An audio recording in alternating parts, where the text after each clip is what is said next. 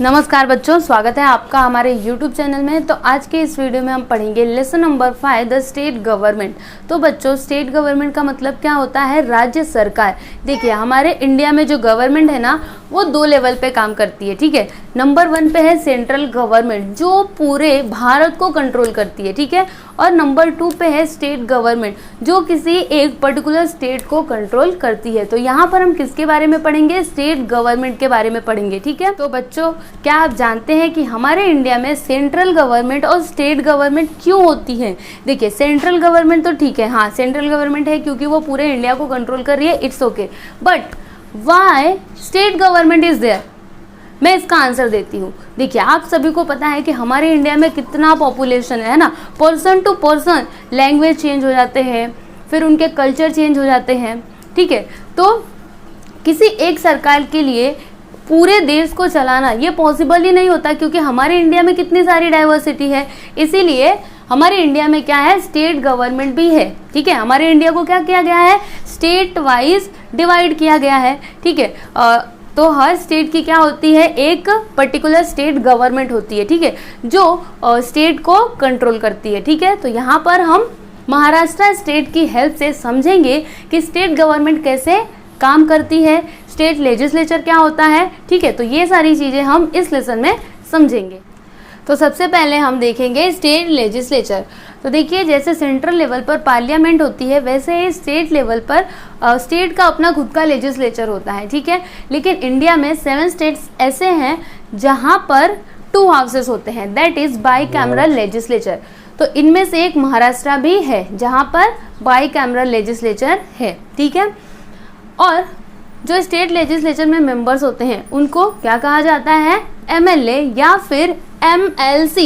MLA मतलब members of legislative assembly और MLC मतलब मेंबर्स ऑफ लेजिस्लेटिव काउंसिल। अब हम क्या देखेंगे? Legislature of Maharashtra. तो देखिए, legislative of Maharashtra has 2 houses, that is Vidhan Sabha and Vidhan परिषद। ठीक है, तो दोनों के बारे में हम एक एक करके पढ़ेंगे। तो देखिए, सबसे पहले हम किसके बारे में पढ़ेंगे? विधानसभा के बारे में पढ़ेंगे, जिसे लेजिस्लेटिव असेंबली भी कहा जाता है। ठीक है, तो ये जो विधानसभा है ये क्या है? महाराष्ट्र का फर्स्ट हाउस है। देखिए, यहाँ पर क्या लिखा है? This is the first house of the Maharashtra legislature. मतलब ये जो विधानसभा है ये महाराष्ट्र लेजिस्लेचर का फर्स्ट हाउस कहा जाता है, ऐसा। ठीक है, और इसमें टोटल कितने मेंबर्स हैं? 288 मेंबर्स हैं। और फिर यहाँ पर सेकेंड पॉइंट में क्या है? देखिए यहाँ पर कि in case there is inadequate representation of the Anglo Indian community, the governor nominates 1 member from this community in the Vidhan Sabha. मतलब अगर कभी ऐसा होता है कि एंग्लो इंडियन कम्युनिटी के इनएडिक्वेट रिप्रेजेंटेशन होते हैं, तो वहाँ पर जो गवर्नर होते हैं वो क्या करते हैं? उनकी एक कम्युनिटी में से किसी एक मेंबर को नॉमिनेट करते हैं विधानसभा में। ठीक है, फिर उसके बाद यहाँ पर थर्ड पॉइंट में क्या है कि कुछ सीट्स क्या होती हैं? शेड्यूल कास्ट और शेड्यूल ट्राइब्स के लिए रिजर्व होती हैं। ओके, और विधानसभा का टेन्यूर कितना होता है? 5 इयर्स का होता है। फिर यहाँ पर 5th पॉइंट में क्या बोल रहा है? देखिए, any citizen residing in Maharashtra, मतलब कोई भी सिटीजन जो महाराष्ट्र में रहता हो और जिसने 25 इयर्स उसकी एज का कंप्लीट कर चुका हो, वो विधानसभा के इलेक्शंस लड़ सकता है। ठीक है बच्चों, अभी हम यहाँ पर क्या देखेंगे? द स्पीकर ऑफ द विधानसभा। तो देखिए, यहाँ पर फर्स्ट पॉइंट में क्या है कि स्पीकर और डिप्टी स्पीकर को कैसे चुना जाता है। देखिए, जो इलेक्टेड मेंबर्स होते हैं ना और नए विधानसभा में, ठीक है, उनमें से ही क्या चुना जाता है? स्पीकर और डिप्टी स्पीकर को चुना जाता है। ठीक है, उसके बाद यहाँ पर सेकेंड पॉइंट में क्या है कि जो विधानसभा के सभी काम होते हैं वो किसके सुपरविजन और गाइडेंस में होते हैं? स्पीकर के। फिर यहाँ पर थर्ड पॉइंट में क्या है कि जो स्पीकर होते हैं उनके बहुत सारे रिस्पॉन्सिबिलिटीज होती हैं। मतलब विधानसभा में सभी काम अच्छे से हो सके इसके लिए लिस्ट बनाना और जो भी मेंबर मिसबिहेव करते हैं उनको सस्पेंड करना। फिर यहाँ पर फोर्थ पॉइंट क्या है कि in the absence of the speaker the responsibility is taken by the deputy speaker. मतलब अगर कभी स्पीकर एब्सेंट होते हैं तो उनका जो भी काम है वो कौन करते हैं? डेप्यूटी स्पीकर करते हैं। तो देखिए बच्चों, यहाँ पर हमने विधानसभा के बारे में पढ़ा, अभी हम क्या पढ़ेंगे, विधान परिषद, जिसे लेजिस्लेटिव काउंसिल भी कहा जाता है। तो देखिए इसमें फर्स्ट पॉइंट क्या है, it is the second house of the Maharashtra legislature. देखिए ये जो था विधानसभा, ये क्या था, first house of Maharashtra legislature, और ये जो विधान परिषद है ये क्या है, second house of Maharashtra legislature, ठीक है। और इसमें जो मेंबर्स हैं ना वो इनडायरेक्टली इलेक्ट किए जाते हैं, और इसमें कितने मेंबर्स होते हैं, 78 मेंबर्स होते हैं, ठीक है, विधान परिषद में।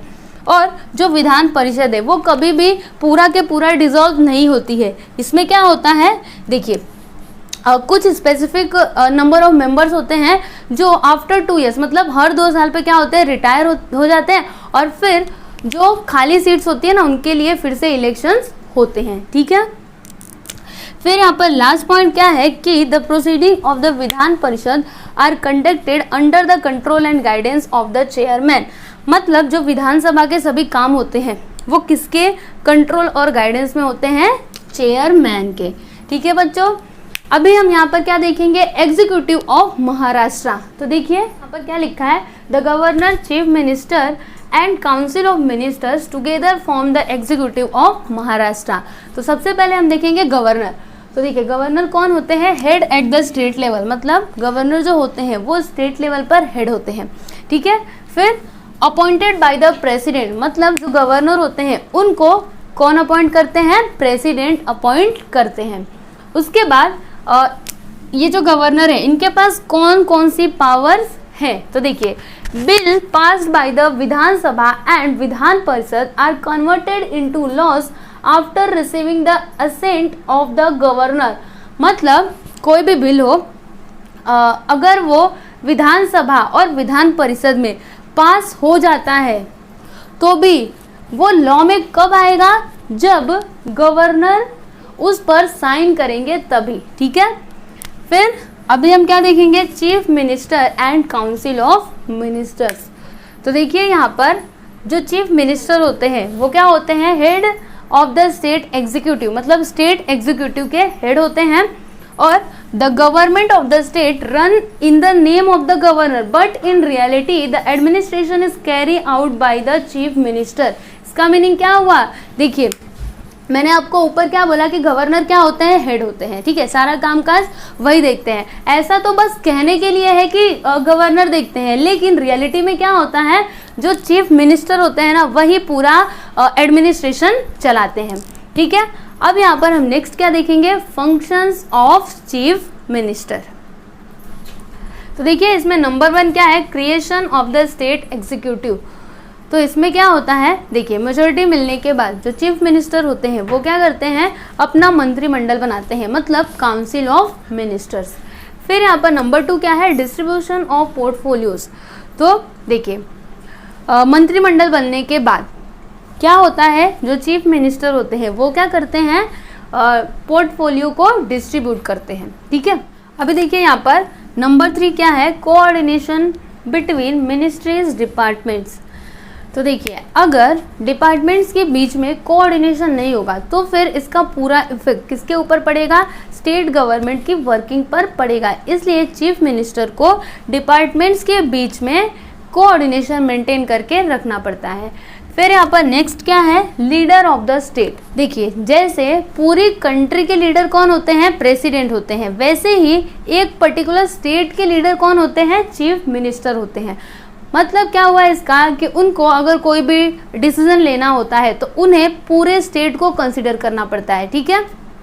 तो यहाँ पर हमने लेसन नंबर 5 कंप्लीट किया। अगर आपको हमारा ये वीडियो अच्छा लगा तो आप प्लीज़ हमारे वीडियो को लाइक कर दीजिएगा, शेयर कीजिएगा, और अगर आप हमारे चैनल पर नए हैं तो हमारे चैनल को सब्सक्राइब कीजिएगा, ठीक है। और आप मुझे इंस्टाग्राम पे भी फॉलो कर सकते हैं, उसका लिंक आपको डिस्क्रिप्शन में मिल जाएगा।